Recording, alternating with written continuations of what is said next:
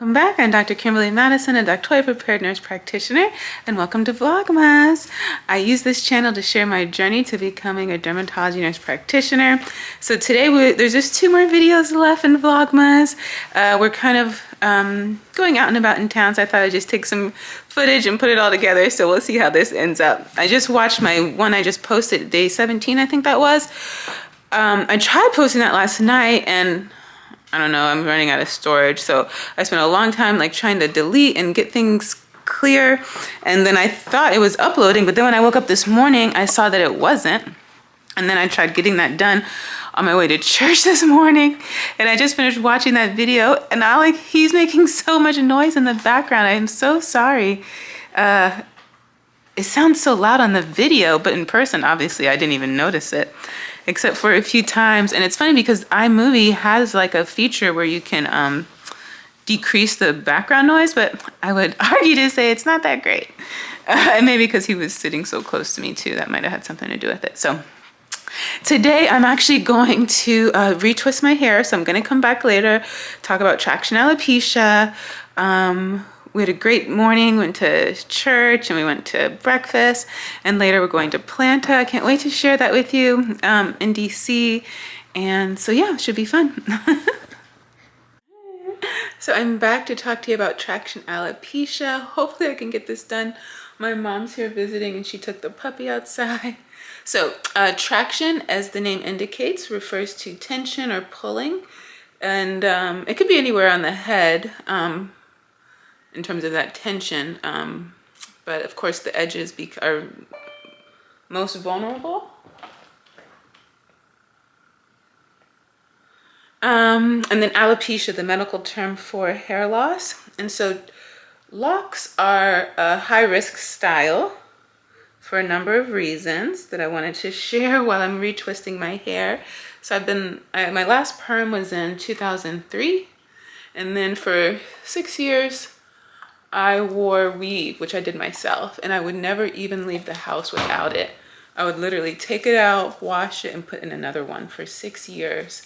And then in 2008, 2009, women, and yeah, I think mostly women, started making these natural hair videos just like this, very organic, talking about their natural hair journey, why they were doing it. And then some people were like really studying, because we really don't learn how to take care of our hair like we should here in America as Black women, who are most at risk for traction alopecia, by the way, because of popular hairstyles and hairstyling maintenance. And so I was really learning we were all learning together. And so some of them would even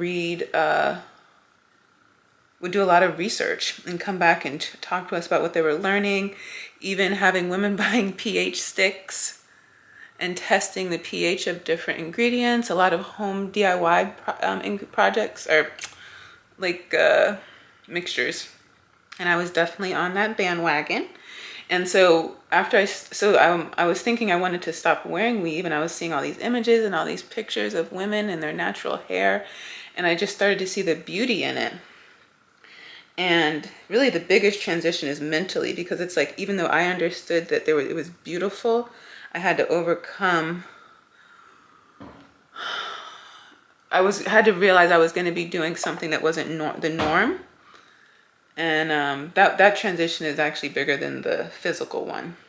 And so I work out a lot. I was wearing 2-strand twists a lot. I was spending like all day washing him, taking him out like every week. And then it just dawned on me, like, why am I doing this over and over? And so I did that for a long time, the 2-strand twist. And then one day I was just like, I just want my hair to always be done. And so yeah, so I decided to go ahead and lock it. And at first I was going to do it myself, because I've been doing my own hair for all that time. But my partner really encouraged me to go get it done professionally. And I'm so glad he did, because I was going to do what I normally do with my 2-strand twist and make them all the same size. But fortunately, I did not. And what I realized is when I did go get it done by a loctician, who is a professional who does locks, puts them in and maintains them for you, he actually made the edges a lot smaller And I realized like that was actually a wonderful thing, because as the hair would get longer and have more weight to it, that would help me reduce my risk of traction alopecia. And so, so you see, the hair is getting longer, so it's weight on this. It's weight, as well as me retwisting it, is weight and tension. And so initially, I used to get it retwisted every 6 weeks, and then I started stretching it out. And so my natural hair, the strands themselves are on the thinner side. And of course, I originally, when I decided I wanted to lock, watched a whole bunch of videos on YouTube. And the women who had also had thin strands recommended that you start your locks with 2-strand twists so that they could be thicker. And so that's what I did. And then they also recommended not to twist as often. And so I think the first 2 or 3 times I went back, I went every 6 weeks. Then I started stretching out to every 8 weeks. And then eventually I got to where I am now, which is 4 times a year. Or is it 4 times a year? I think 3. I think I just do this 3 times a year. Yeah. And so here we are. And so there's all kinds of alopecia. There is this traction kind. There's some that are related to medication, genetics, autoimmune diseases, mental health disorders, and so and overall health in general. And so my recommendation, you know, if you're someone watching this and you have concerns or questions, or you're experiencing hair loss, is to definitely go see a professional. Those hair loss can be somewhat of a complicated diagnosis to get to sometimes, and so those visits are not short. They might require a biopsy, because you can have more than one type of alopecia. And that's a small sample of tissue taken from the scalp. There are lots of options out there, lots of treatments. And yeah, I think when you think about these high-risk styles, not only locks, but also like protective style braids, weaves, the tight ponytail, those looks that we see all over social media that look really beautiful, but if you're doing them over and over and over, you have to think about that.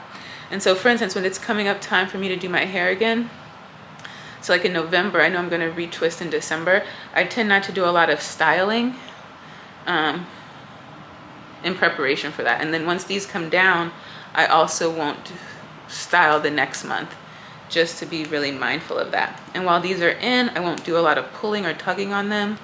Even when I don't have it retwisted, I also am mindful not to do a lot of pulling and like buns and ponytails outside of like when I need to, like for work or working out. And even when I do put those styles in, I will loosen it up around the edges. And so if I can feel the tension, that's usually a sign to me that it's too tight. And so after you get a retwist, especially if you go to someone else, you might have like a headache. Like that's a very common thing if you're getting your hair braided, that we just have gotten accustomed to. But that's like your first sign that it's too tight, especially if you have to take Tylenol, they're back, or anything like that. So I just wanted to talk about it a little bit, since I am at risk for that, and share some of the ways that, hi baby, that I try to reduce my risk. And so in addition to hair loss itself and not over manipulating it, because I've seen some videos where they recommend women to get their, and men to get their locks redone like every 2 weeks, because when you're transitioning to like natural hair, sometimes we adopt or continue to use the same practices as with straight hair, which is kind of like when you sometimes if you have like relaxed hair, you might go to the beautician like I did growing up every 2 weeks. And so you think like every 2 weeks I have to do something, or it has to look maintained or look a certain way. And sometimes even when people transition to natural hair and locks, which are naturally on the fuzzier side, if you will, they might think they have to constantly redo it to keep like a certain look. And that does put you at risk for problems like alopecia. But in addition to alopecia, some other common things that put you at risk when you have, that you're at risk for when you have locks, are buildup, because locks are just like a sponge. They absorb everything, and it's really hard to get them out. And so you have to be mindful of the kind of products you use. And so for retwisting, even since day one, I took my own products to the loctician. And for the first meeting was a consultation.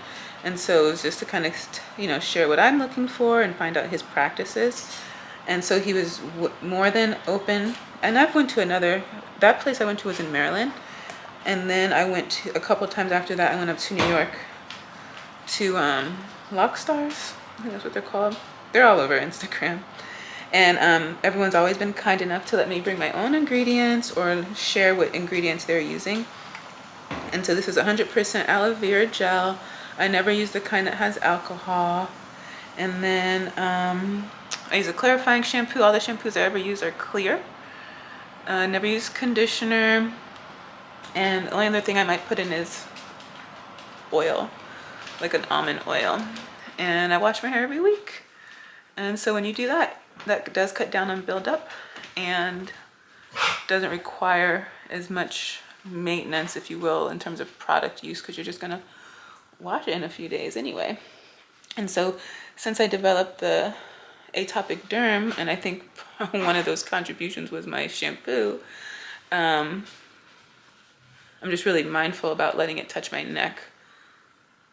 I had a towel on, but it fell off. But I just try to be mindful of that. And I've just spent a lot longer rinsing it out, and I'm more mindful of how much I'm using. When I first started, I used to dilute it all the time, which was a little bit easier when it was shorter. So yeah, I think that's all I really wanted to share about it. But yeah, if you have any questions, let me know. You know, it's a big deal in our community. And there, like I said, there is a lot to learn. There is a lady out here, there's a dermatologist out in Maryland. She's on Instagram, and she herself has locks. And while you can go to anyone, certainly anyone who's trained and experienced and confident in helping you, sometimes it's nice to go to someone who understands and has the same style and isn't going to discourage you from it. And can talk about, you know, their personal experiences and how they overcame them. Sometimes it's really helpful. And so I'll put her information in the description box. And as I make this video, it's December. In April, there is another initiative taking place called Strand. And I think that stands for something. But it's going to be a new initiative between dermatologists and beauticians to come together in the community, because beauticians, just like estheticians, sometimes see patients and clients on a more frequent basis than the provider. And they're sometimes the first one to recognize things like alopecia or skin cancer, to name a few things. And so it's really a beautiful initiative that they're coming together to provide that education to the community, so that beauticians and hairstylists can provide that education, be part of sharing those risk factors, and help people get early detection and treatment. Because sometimes the earlier you detect it, the sooner, the more options there are, and the better chances that you'll have the desired outcome that you want. So I'll put that in the description box. I'm gonna finish my hair, and then I think the next time you see us, we'll be at Planta.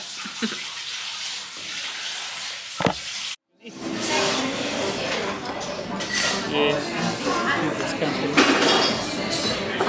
That looks spicy.